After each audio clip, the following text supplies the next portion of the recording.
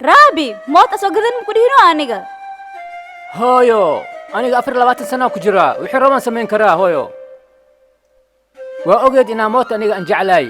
mootadan cunugeyga caman waayo hooyo Maya Rabi, adii cunugeygaa tahay inaa shil samaysid ma jeclihi aniga.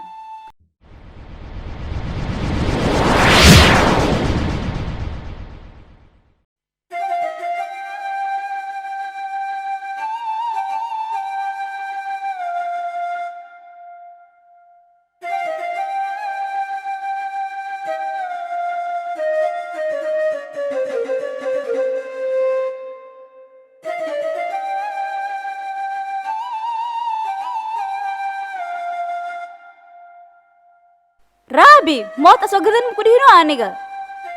hooyo aniga 24 sano ku jira wixii rabaan samayn karaa hooyo waa ogeed inaa moota aniga aan jeclaay mootadan cunugeyga caman waayo hooyo Maya Rabi, adii cunugeygaa tahay inaa shil samaysid ma jeclihi aniga. hooyo waa baxaya akhay baay raabi hooyadiisa hadalkeeda ma maqlaayo wixii maskaxdiisa ku jiro ayuu samaynaa allah fiicnaan lahaa raabi hadduu maqli lahaay hooyadiisa hadalkeeda Rabi, adii warkee ma maqlaysidoo. raabi ma ka ahan hooyadiisa inuu sharfeenin raabi hooyadiisa waa sharfaa waa jecel yahay hooyadiisani raabi way jeceshahay aad iyo aad ayay u jeceshahay dharka ayay u feeraysaa yacni raabi waa wiil oo fiican laakiin raabi hamigiisa wuxuu ku aanaa mooto cusub inuu soo gato oo ugu faamo saaxiibyaalkiisa maane raabi ma ahan hooyadiisana waxay ka cabsanaysaa raabi inuu oo accident ama shil uu sameeyo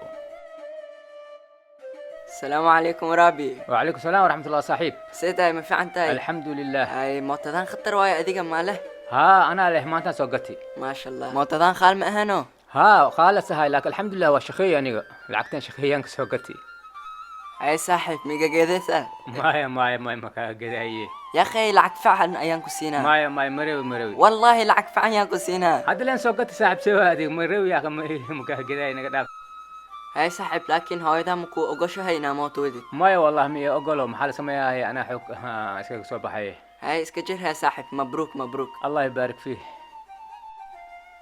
رابي هويدي سآد أي ugu fikiraysay raabi hooyadiis waxay aragtay telefishinka idaacada oo leeyahay wiil ayaa accident ama shil oo mooto oo sameeyay ka bacdi hooyada waxay wacday raabi waxay u maleysay inuu raabi oo shil sameeyay raabi intii masaajidii oo hooyadiisa is arkaayo asagaaba ayaa run shil u galay raabi filimkan waxaad ka daawan kartaan channelka YouTube-ka Studio Safi.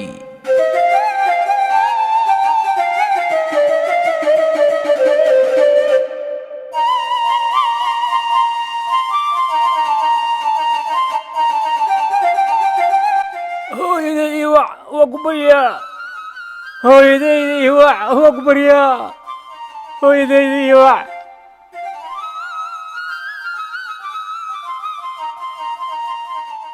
raabi hooyadiisa wixii ay ka cabsanaysay ayaa khawatay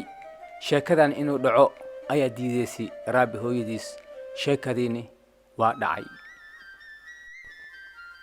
marwo inaan kula hadlaan rabaa hal mar qolka oo xafiiska igu imaaw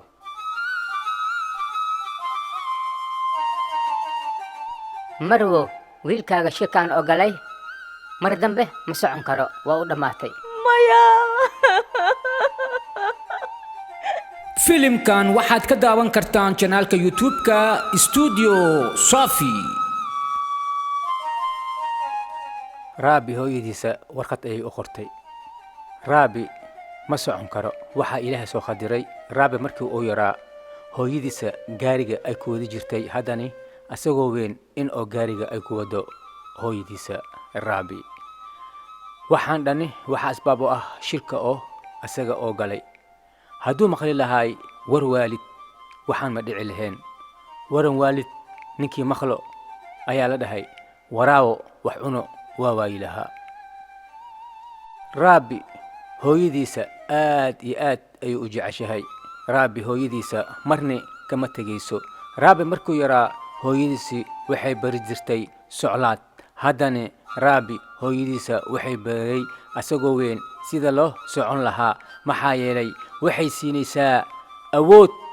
waxay u dhehaysaa wiilkayga soco waad socon kartaa isdhiiri hooyadaada ayaan ahay lugtaada deji gaariga ka deji garbahayga qabo wiilkayga waad soconaysaa insha allah istaag hooyadaada ayaa kula jirtaa hooyadaada ayaad gacmaheeda ku lug baratay haddana hooyadeeda ayaa gacmaheeda ku lug baranaysaa adigoo weyn koraaji isku yeel wiilkayga istaag istaag ayuu dhehaysaa run ahaantii raabi hooyadiisa aad iyo aad ayay u jeceshahay hooyo oo wiilkeeda nacban ma lahan wiilka si walba caasi u noqdo mar walba hooyo waa hooyo hooyo marni kama tegayso wiilkeeda hooyo waa hooyo ilaahay wuxuu dhahay wabilwaalidayni ixsaanan filimkan waxaad ka daawan kartaan janaalka youtube-ka studio sofi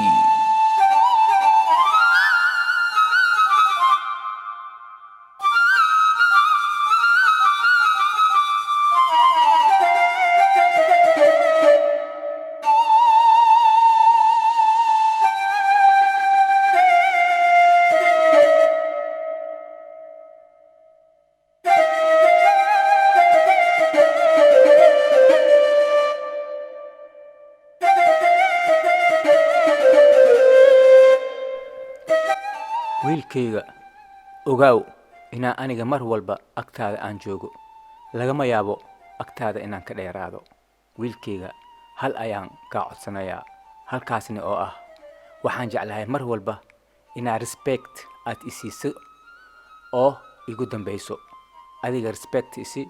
anigani respect ayaan ku siinayaa wiilkayga lamabaanba ha isdhowrno i dhowr wiilkayga waalidkaaga ayaan ahay waa ku jeclahay wiilkayga agtaada kama dheeraan kari bes axsaan waxaad igu samaysaa respect oo keliya isii wiilkayga I love you wiilkayga wiilkayga ma xasuusataa markii oo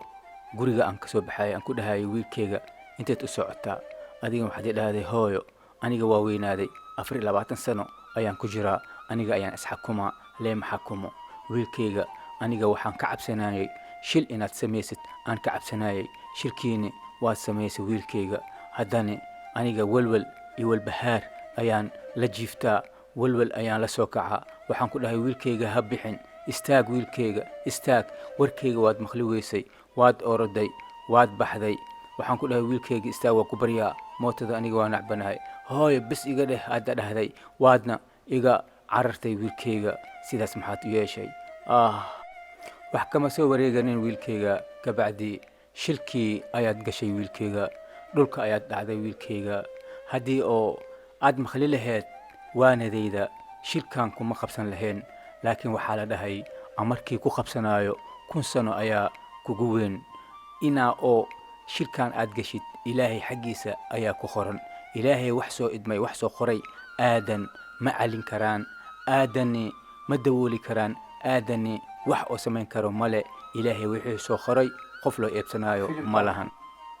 wiilkayga markii isbitaalka aan imaaday oo aan ku arkay adigoo oo aad jiiftid aad iyo aad ayaan u ooyay maxaa yeelay caloosha dhan ayaa i huray anigoo oo aan kula ag joogo waxaa ii soo galay doctorka wuxuu dhahay marwo waxaan rabaa inaan kula hadlo hal mar qolka xafiiska igu imaaw markii oo qolka xafiiska aniga aan u galay waxaas ii sheegay inaa adiga oo weligaagaba aad socon karin oo ku dhammaaday oo berlazaad aad naqatay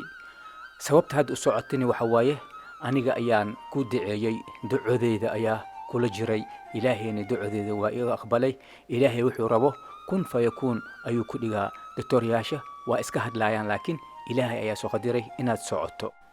filimkan waxaa laga turjumay studio Sofi oo ku yaalo dalka Talyaaniga gaar ahaan magaalada Padova iyo walaalkiina Aslax Aba Sofi